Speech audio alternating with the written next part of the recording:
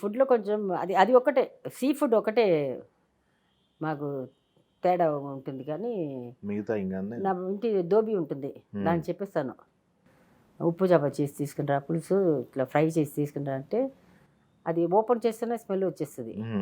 Kitchen లోపల kitchen ఉంది, అక్కడ కూర్చొని తినేసి మొత్తం ఇల్లు మొత్తం స్ప్రే కొట్టేస్తాను.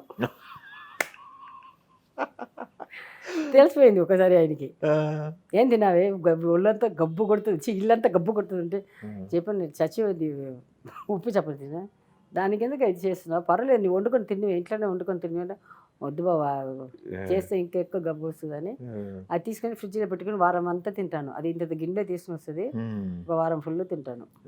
ఇప్పటికి నా చిన్న అబ్బాయికి ఫిష్ అంటే కూడా కిందికి రాడు, వాళ్ళ నాన్న బుద్ధి.